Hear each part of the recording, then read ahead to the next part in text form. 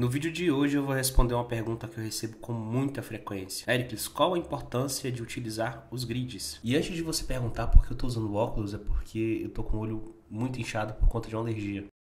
Mas eu queria muito falar sobre esse tema porque foi tópico lá numa sequência de stories que eu fiz no Instagram. Que, aliás, se você não me segue, clica aqui no link da descrição e me siga no Instagram também. Porque lá eu publico conteúdo diariamente nos stories ou no feed também. Nesse vídeo eu resolvi resumir para você aqui a partir de algumas características que a gente consegue no nosso símbolo final utilizando os grids. Se você já curte esse conteúdo, deixa seu like aqui embaixo e se inscreve no canal.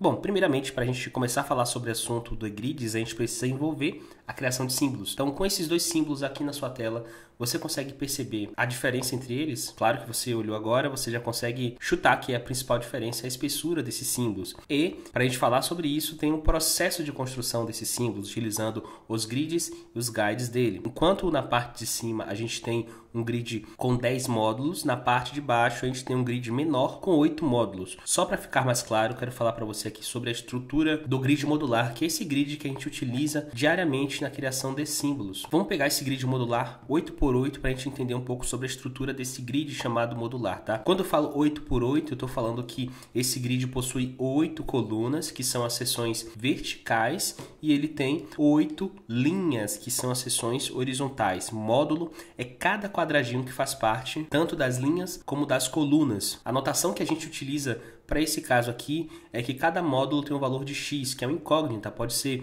80 pixels, 72 pixels, 56,4 pixels.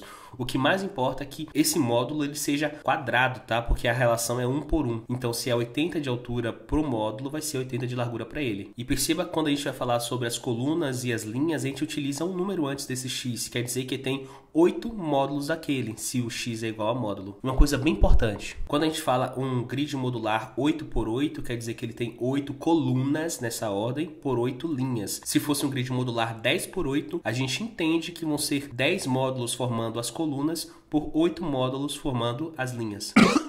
Entendido sobre isso, vamos focar aqui na primeira característica importante para que você utilize grids no seu processo de construção de símbolos, que é a reprodutibilidade. Ou seja, eu consigo fazer esse símbolo aqui uma vez, duas vezes, três vezes, quatro vezes, 1 bilhão de vezes, ele vai sair idêntico em todas elas. Não é um caso em que você faz um desenho com a Pencil Tool ou com a Pen Tool e não consegue reproduzir mais aquilo foi um lance de sorte. Então a primeira característica, porque os grids são importantes, é a reprodutibilidade. A segunda, que eu considero ter um peso muito mais importante, que com certeza faz toda a diferença, que é a possibilidade de criar relações. Se eu pegar o símbolo de antes, que tem 8 módulos, perceba que a relação entre as partes está sendo a espessura do meu símbolo tem um módulo, enquanto isso o espaçamento tem um módulo e meio. E essa relação pode ser replicada em outros casos também, como por exemplo no símbolo que o grid está 10x10. A gente tem a mesma relação, só que o que muda é que por eu ter uma maior quantidade de módulos, o espaço vazado dentro do C interno ele é maior, o que muda totalmente a legibilidade do ícone em tamanhos menores. Claro que eu estou fazendo a comparação entre o que tem 8x8 e o que tem 10x10. E essa criação de relações do nosso símbolo ela é muito importante porque faz com que a gente perceba aquilo como uma unidade. Tem a frase de um designer famoso, Jan Sichold, que fala que a gente como ser humano acha os planos e proporções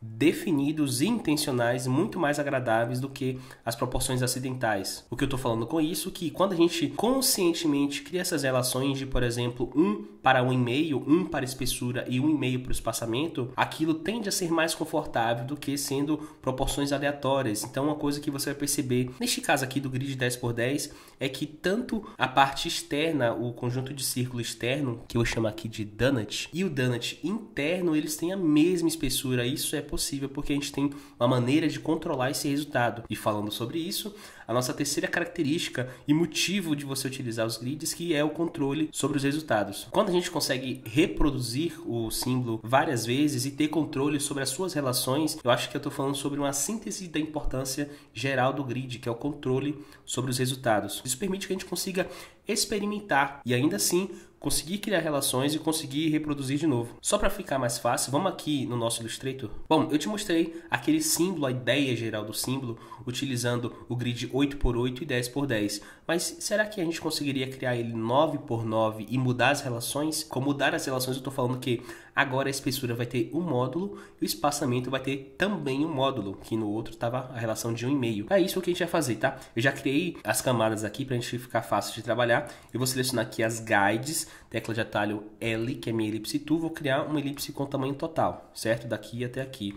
Como o meu grid total ele já está centralizado ao artboard, se eu clicar aqui, o meu círculo também vai ser centralizado ao artboard e ao grid total. Ctrl C, Ctrl F para poder colar na frente e vou diminuir aqui, ó, com Shift Alt, Shift para que ele seja proporcional, mantenha a informação de que ele é um círculo perfeito, tem altura e largura iguais, e Alt para que mantenha um centro fixo. Isso aqui é o famoso concêntrico que eu falo em todos os vídeos, tá? Que quer dizer que tem um centro no mesmo lugar. Então a gente fez aqui a parte da espessura com a relação de um módulo no grid modular 9 por 9. Se eu apertar Ctrl C, Ctrl F e fizer isso aqui, agora a gente desenhou o espaçamento, que é essa parte interna aqui. Ctrl C, Ctrl F e desenho o próximo. Deu para sacar a ideia de criar relações? Você fazendo isso no olhômetro, nunca que os objetos vão ter essa relação. Por quê? Quando você utiliza o olhômetro, vamos supor que você faça através da ferramenta de contorno. Aí você vai aumentar aqui e vai sentir que o negócio está fluindo, só que você não tem controle sobre o espaço entre um e o outro, porque se a gente apertar aqui Ctrl Y, o contorno é só aquilo. Você teria que expandir aquela forma para ter acesso às extremidades do contorno. Isso é um desperdício de tempo, porque você já pode utilizar diretamente os grids e facilita muito o nosso trabalho. Aqui, temos esse novo grid aqui e ele tem um corte interno que é de 30 graus, esse símbolo, tá? Então vamos chegar aqui, criei uma linha com a tecla de atalho Line Segment Tool, com a tecla de atalho barra invertido. Vou chegar aqui, ó, 30, vou definir um tamanho tipo 770, O, que é a minha ferramenta Reflect Tool, e vou jogar para o lado, tá? Para que seja um espelhamento horizontal. Então os guides no nosso símbolo estão prontos, deixa eu só colocar ele dentro da camada guides, vou copiar as guides com Alt e joga para cima. Posso ocultar a visualização das guides, vou chamar isso aqui de final ou final, e eu vou utilizar a combinação de formas de uma maneira diferente aqui. Para isso, eu vou selecionar primeiro esse primeiro conjunto, que é o Donut que eu falei, chegar aqui na ferramenta Pathfinder, se não estiver aberto para você, você vem aqui a um Window, Pathfinder, lembra que está em ordem alfabética isso aqui, ou você pode utilizar a tecla de atalho Ctrl Shift F9, e vamos escolher essa opção aqui, ó, a segunda, que é o Minus Front. Eu estou utilizando o objeto que está na frente para cortar o objeto que está atrás. Cortei aqui, vamos chegar aqui agora e cortar esse segundo conjunto, que é o meu segundo donut, e agora eu posso apertar Ctrl A para selecionar todo, Shift M para chamar a minha ferramenta Shape Builder e fazer o corte. Primeiro ponto, aqui tem um buraco e outro buraco é aqui, certo? Posso excluir essas duas linhas, elas me ajudaram para isso. Shift X para inverter o que é Stroke em Fill, que é o preenchimento. Então a gente tem aqui um grid 9 por 9 utilizando outra relação de espaçamentos. E isso só é possível porque a gente está utilizando os grids para ter controle sobre o resultado. Eric, como é que seria isso você utilizando um grid 8 por 8? Lembrando que em outros vídeos eu já falei várias vezes como é que você pode criar um grid modular. Eu vou deixar um deles aqui linkado no card. Só deixei ele pronto aqui para a gente acelerar um pouco essa parte que você já conhece e sabe fazer muito bem. Então a gente tem um grid modular 8 por 8, 3, 6 com 2, 8, 3, 6 com 2, 8. A gente pode bloquear aqui a visualização, clica em Guides, eu quero que ela tenha 2 pontos de espessura e faço a mesma coisa, só que utilizando a mesma relação, 1 de espessura por 1 de espaçamento, só que no grid 8 por 8, ao invés de ser no grid 9 por 9. Ctrl C, Ctrl F, vamos fazer aquele processo lá agora mais rápido.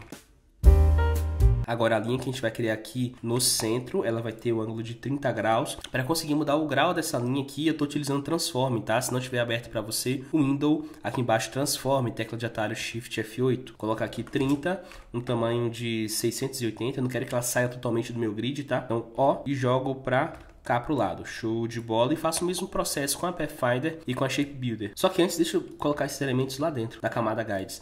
Seleciono esses aqui, Minus Front, aqui a mesma coisa, e agora Ctrl A, Shift M, apaga isso aqui e apaga isso aqui. Para você conseguir apagar utilizando a Shape Builder, você vai clicar com a tecla Alt, tá? Então vamos excluir esses dois aqui, e agora inverter o que era Fill em Stroke. Vou colocar aqui um embaixo do outro para você perceber a diferença entre eles. Você tem na parte de cima um grid 9 por 9, utilizando a relação de espaçamento de um módulo e a relação também de espessura de um módulo. Embaixo a mesma relação, só que com um grid diferente. Então, recapitulando, a gente quando utiliza os grids, a gente está trabalhando com reprodutibilidade, ou seja, não vai ter questão de sorte. Por sorte eu consegui uma linha perfeita, específica, que eu não consigo mais reproduzir. Isso com os grids não existe, tá? A gente consegue criar uma relação entre as partes do nosso grid, lembrando que a gente como ser humano acha muito mais agradável essas relações definidas e propositais do que as relações acidentais. É só você pegar sua mesa de trabalho, tá? A maneira como o monitor se relaciona com o teclado, que se relaciona com o mouse, que se relaciona com, sei lá, o seu copo de café que fica do lado. Quando você organiza esses objetos para que eles se relacionem entre si, isso no caso do alinhamento, você percebe que é visualmente muito mais agradável do que se você só jogar os elementos de qualquer maneira, tá? E quando a gente coloca a intenção em criar essas relações, a gente está conscientizando o nosso trabalho como designer, tá? Esse criador de símbolo nesse caso. Então perceba que a gente agora utilizou outras relações, consegue reproduzir facilmente isso aí e também fazer testes, que é um lance que importa muito quando a gente está criando um símbolo. Quando eu apresentei para você lá no comecinho do vídeo um logo utilizando o grid 8x8, depois o outro 10x10 com a relação 1 de espessura para 1,5 de espaçamento, e agora estou desenvolvendo isso, o ideal é que você separe esses seus experimentos e consiga avaliar o que visualmente funciona, tanto em tamanhos grandes como também em tamanhos pequenos, que a gente está avaliando nesse caso aqui a legibilidade. Se ele for um símbolo para um logo específico, ele precisa de tanto em tamanhos grandes como no outdoor, como também em tamanhos pequenos, como um ícone de aplicativo. E claro que tem outras coisas que você pode testar também, que aqui é a nossa quarta característica dos logos, que é a possibilidade de experimentar. Então eu mostrei para você sobre a mudança na quantidade de módulos, sobre a mudança da relação entre as partes, mas a gente também poderia, nesse símbolo específico, fazer um teste sobre a abertura. Ao invés de ser 30 graus, a gente utilizar 40. Então você consegue observar o resultado aqui na sua tela. Bom, com esses pontos, eu espero que você tenha entendido sobre a importância dos grids e sua utilização, por que é tão utilizado. E aqui no canal você pode ver vários vídeos comigo te mostrando o processo de construção de símbolos diferentes. Mas se você quer aprender esse negócio do zero, a parte teórica, a parte prática, de como utilizar grids no Illustrator, como utilizar a geometria ao seu favor para a criação de símbolos, eu tenho meu curso completo, que é o curso Tangente. Para você saber mais sobre ele, eu vou deixar o link aqui na descrição. E antes que você vá embora, eu vou deixar uma recomendação de vídeo para você aqui. Só que você vai me prometer que você vai ver esse vídeo e tentar executar também no seu Illustrator, tá? Meu nome é Ericles e até a próxima.